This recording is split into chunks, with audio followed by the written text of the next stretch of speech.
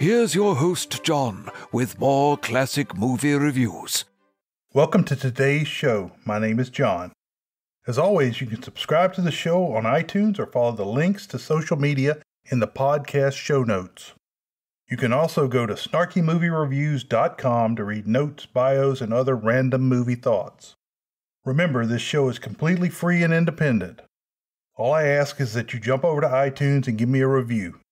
Today's movie is the classic Universal horror film Dracula 1931.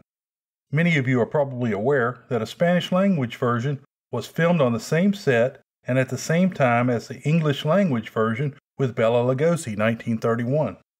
They filmed the English-language version during the day, and the Spanish-language version was filmed at night. The only difference in title is that the Spanish version has a little mark above the first A in Dracula. In my opinion, the Spanish-language version is vastly superior to the Lugosi film. I realize this is heresy, and Bela Lugosi will always be the only vampire for me. They just did some stuff in the Spanish-language version that made it a better film. Both stories are essentially the same, so I will do both reviews at the same time and only mention the elements that I think work better in the Spanish-language version. We will see how it works. The actors. The great Bela Lugosi played the title role of Count Dracula. Lugosi was first covered in Episode 6, The Wolfman, 1941. Dwight Frye played the role of Renfield, the man too weak to stand up to Dracula. Frye was covered in Episode 7, Bride of Frankenstein, 1935. Edward Van Sloan, with his thick glasses, played the role of vampire fighter Van Helsing. Van Sloan was covered in Episode 47, The Mummy, 1932. David Manners played the love interest of Mina, John Harker. Manners was covered in Episode 47, The Mummy, 1932. Helen Chandler played the main heroine, Mina. Chandler was born in South Carolina in 1906. She was a major star on the New York stage by the end of the 1920s. She tried to make the transition to film, and although she did well in Dracula 1931, she was basically a failure.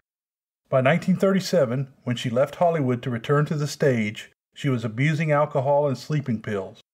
In 1940, she was committed to a sanitarium for recovery. A decade later, she was disfigured in a fire as a result of smoking in bed. Chandler died in 1965 following surgery. Story. The first thing I noticed about this movie is that the Adam West version of Batman ripped off the Dracula logo seen beneath the credits. Following the credits, the movie shows a carriage with 6 people on board moving along the path at a breakneck speed. One of the men asks the driver to slow down, but a local couple says that they must reach the town before sundown because of Nosferatu. When they get to the town, everyone unloads but Mr. Renfield, Dwight Frye, who insists that he must travel on to the Borgo Pass, where he is being met by someone from Dracula's castle at midnight. The locals gasp and cross themselves. When he insists that the driver take him onto the pass, a lady gives him a cross to wear for the sake of his mother. As the sun goes down, the movie switches to Dracula's castle, where the undead Count is rising for his night's activities. On the other side of the dungeon, Dracula's 3 wives are exiting their coffins as well. There are possums running around, although their range is basically North America only. What seems like a bee or a beetle is shown leaving its coffin as well. I don't know what this is supposed to mean. In Dracula, the vampires begin opening their coffins, followed by a cutaway shot, and the vampire is there. En Dracula, el ataúd se abre alejado de la cámara y se sigue por humo y el vampiro se levanta. Es mucho más horroroso. In Dracula, the coffin opens away from the camera, followed by smoke, and the vampire rises up. This is much scarier. The driver takes Mr. Renfield to the pass as quickly as possible and dumps him and his bags before speeding away. Waiting is a royal coach with a disguised Count Dracula as the driver. The door opens unaided and Mr. Renfield gets in anyway.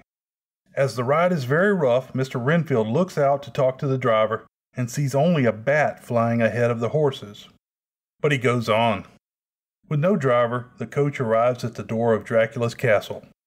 The castle door opens unaided, and Mr. Renfield goes in anyway. While he waits in the foyer, Count Dracula descends a wide staircase.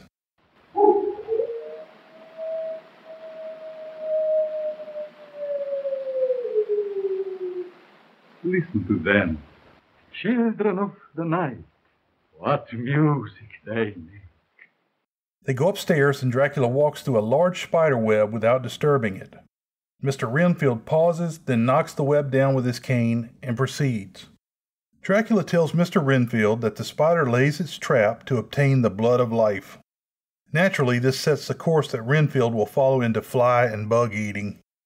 In his room, Renfield gives Dracula the papers to purchase Carfax Abbey near London. Wouldn't this be hallowed ground and thus bad for vampires? Dracula is a speed reader and says he will only be taking 3 trunks on his trip. Dracula gives Renfield food and wine before leaving. Renfield has an attack, maybe drugged wine or blood wine, I'm not sure. He opens the windowed door and sees the same bat outside. Renfield passes out and the 3 wives approach, but Dracula waves them off.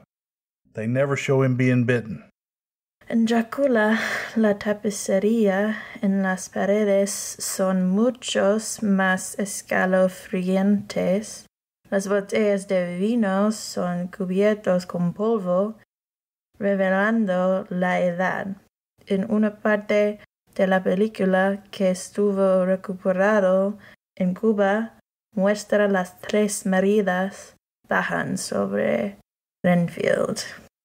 In Dracula, the tapestries on the wall are much creepier. The wine bottle is covered with dust showing its age. In a part of the film that was recovered from a copy in Cuba, it clearly shows the 3 wives falling upon Renfield. The next time you see Renfield, he is insane and serving as a hound of hell for Dracula as they sail to London. The 3 crates are full, so I guess he divorced the wives. The ship makes it into port with all of the crew dead and the captain lashed to the wheel. En Dracula, el equipo mira al vampiro y está aterrorizado por él y la risa de Renfield. In Dracula, the crew sees the vampire and is terrorized by him and Renfield's laughs. Renfield is placed in an asylum under the care of Dr. Seward. Right off the bat, see what I did there? Dracula knocks off a Cockney flower peddler. He then makes his way to an opera where he uses his considerable glamming power to gain an introduction to Dr. Stewart, his daughter Mina, Helen Chandler, Mina's boyfriend John Harker, David Manners, and her friend Lucy. Lucy catches Dracula's attention with her talk of death. Lucy is also quite taken by the Count. Later that night, Dracula turns into a bat and visits Lucy for a little snack. The next time they show Lucy, she is dead even though the doctors gave her transfusions. Renfield screams like a fiend as the orderly takes a spider away from him. He has been moving up the food chain from flies trying to emulate Dracula. Dr. Van Helsing, Edward Van Sloan, tests the blood of Lucy. Van Helsing realizes that they are dealing with the undead. Dr. Seward and the others are very skeptical. En Dracula, Van Helsing ya está vestiendo con las gafas que son como botellas de Coca-Cola. Se usan muchas tomas largas. Renfield se aparece como Andy Garcia y Van Helsing se aparece como Eugene Levy, el padre de la película American Pie. In Dracula, Van Helsing is still wearing his Coke bottle glasses. Many long shots are reused. The Renfield actor has a little bit of an Andy Garcia thing going on, while Van Helsing resembles Eugene Levy, you know, the dad in American Pie 1999. Dr. Seward and Van Helsing meet with Renfield, who seems quite normal at first. As the sun goes down, the howling of wolves are heard, although there are none in London, as Dracula arises. Van Helsing says that he and Renfield know why the wolves howl, as he uses a sprig of wolfsbane to drive Renfield back. As he is hauled away, Renfield says Van Helsing knows too much to live. When Renfield is locked in his cell, Dracula appears outside and asks him to help with the turning of Mina. Renfield wants to resist, but he can't. Dracula flaps over to Mina's room and bites her for the first time. The next day, Mina is describing what she believes is a dream to Harker. Dr. Van Helsing examines her neck and finds 2 little marks there. Harker asks what could have caused the marks, and right on cue, the maid announces the arrival of Count Dracula. How long have you had those little marks? Marks? Please, Mina, why didn't you let us know? do not excite her. When, Miss Mina? Since the morning after the dream. What could have caused them, Professor? Count Dracula. Van Helsing is on to Dracula already. Dracula says he has been telling her stories and they might be causing the dreams. Van Helsing checks Dracula's reflection in a mirror while Dracula asks if he can check on Mina later. Van Helsing opens the mirror on Dracula, who slaps the mirror away, saying he does not like mirrors, trying to cover up his suspicious behavior. Dracula throws a vague compliment to Van Helsing before he leaves. For one who has not lived even a single lifetime, you are a wise man, Van Helsing. Harker sees a wolf running across the yard as Dracula goes.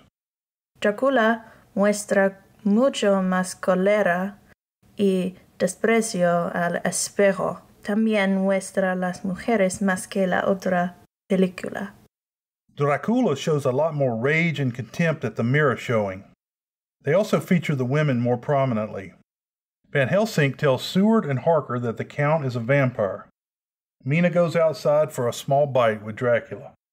Renfield shows up and does his crazy laughing and says Van Helsing is in danger and he is Mina's only help. Dracula as a bat comes back and threatens Renfield. A maid screams that Mina is dead in the yard. However, she is only passed out. Lucy is beginning to roam around as a vampire and attacking small children. Mina tells Van Helsing that she has seen Lucy in the yard. Then, Mina breaks off her engagement with Harker. Harker blames Van Helsing as he brings Mina inside before sundown. Van Helsing puts wolfsbane on Mina and on the doors. He also puts a nurse in the room to watch over her. He, Harker, and her dad could guard her, but I guess they're Victorians. Dracula wakes for the night's activities. They convince Harker not to take Mina away. Renfield shows up and warns of Dracula's power. He says Dracula came with a red mist that had thousands of red-eyed rats that he would give to Renfield. Dwight Fry should have gotten an Oscar for his maniac laughing. A red mist spread over the lawn, coming on like a flame of fire. And then he parted it, and I could see that there were thousands of rats, with their eyes blazing red, like his, only smaller. And then he held up his hand, and they all stopped, and I thought he seemed to be saying, "Rats, rats, rats, thousands, millions of them, all red blood. All these will I give you." Van Helsing realizes from Renfield's ranting that Dracula is already in the house. Dracula enters through the patio door and tells Van Helsing that he should leave London. Van Helsing says he will stay and fight and drive a stake through his heart. And I will have Carfax Abbey torn down stone by stone, excavated a mile around. I will find your earth box and drive that stake through your heart. Dracula uses a voice command for Van Helsing to come to him, but the doctor is mentally strong. Dracula then uses a palm-down hand, followed by a palm-up hand, before Van Helsing weakens. But the doctor is too strong and snaps out of it. When Dracula approaches, Van Helsing drives him away with a crucifix. En Dracula, Van Helsing se aparece que tener miedo y Dracula solo usa una garra elevada para convocarlo. También el murciélago aparece mucho más falso en esta versión. In Dracula, Van Helsing seems scared, and Dracula only uses the raised claw hand to summon Van Helsing to him. Also, the bats look a lot faker in this version. Dracula glams the nurse, and Mina goes outside. Harker joins her there, and she almost bites his neck. Dracula shows up as a bat and communicates to Mina to bite Harker. She begins to bite him again, and Van Helsing stops her with the cross. Mina finally tells Harker that all Van Helsing says is true. The orderly and the maid are out in the lawn shooting at Dracula as a bat. En Drácula, la luz del sol se deja el vampiro de morder Eva. In Dracula, Eva, the Mina character, actually bites John on the neck before Van Helsing stops him. They put Mina back in her room, and Dracula comes right back and gets her using the weak-willed nurse. Harker and Van Helsing see Renfield heading towards the Abbey. They follow him right to Dracula's lair. Dracula is leading Mina down a long stone stairway. Renfield tries to help the girl, but Dracula overpowers his mind, breaks his neck, and throws him down the stairs. En Drácula, la luz del sol se deja el vampiro de morder Eva. In Dracula, they show the sunlight stop the vampire from making his final bite on Eva. Harker and Van Helsing break into the Abbey at sunup and hear Mina scream. Van Helsing finds Dracula's coffin and breaks up the lid to make a stake. Harker brings him a bar to hammer it into the heart of the vampire. Van Helsing kills Dracula quite easily. Mina is not in the second coffin. When Dracula dies, Mina comes back, and she and Harker are reunited. Harker and Mina leave, but Van Helsing stays behind, and the movie ends. Here's the world-famous short summary. The couple has a few nips before marriage. I would have to say that Dracula is a little more operatic. They take more time showing the vampire move in, and the actors are a little more facially expressive. If you enjoyed this week's show, please tell your friends, and if you really want to help, drop over to iTunes to give me a review. If you want to comment, recommend a movie, or just say hi, follow the links in the show note to my site. Beware the Moors.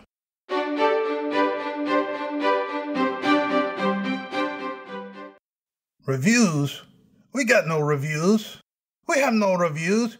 We don't need no stinking reviews.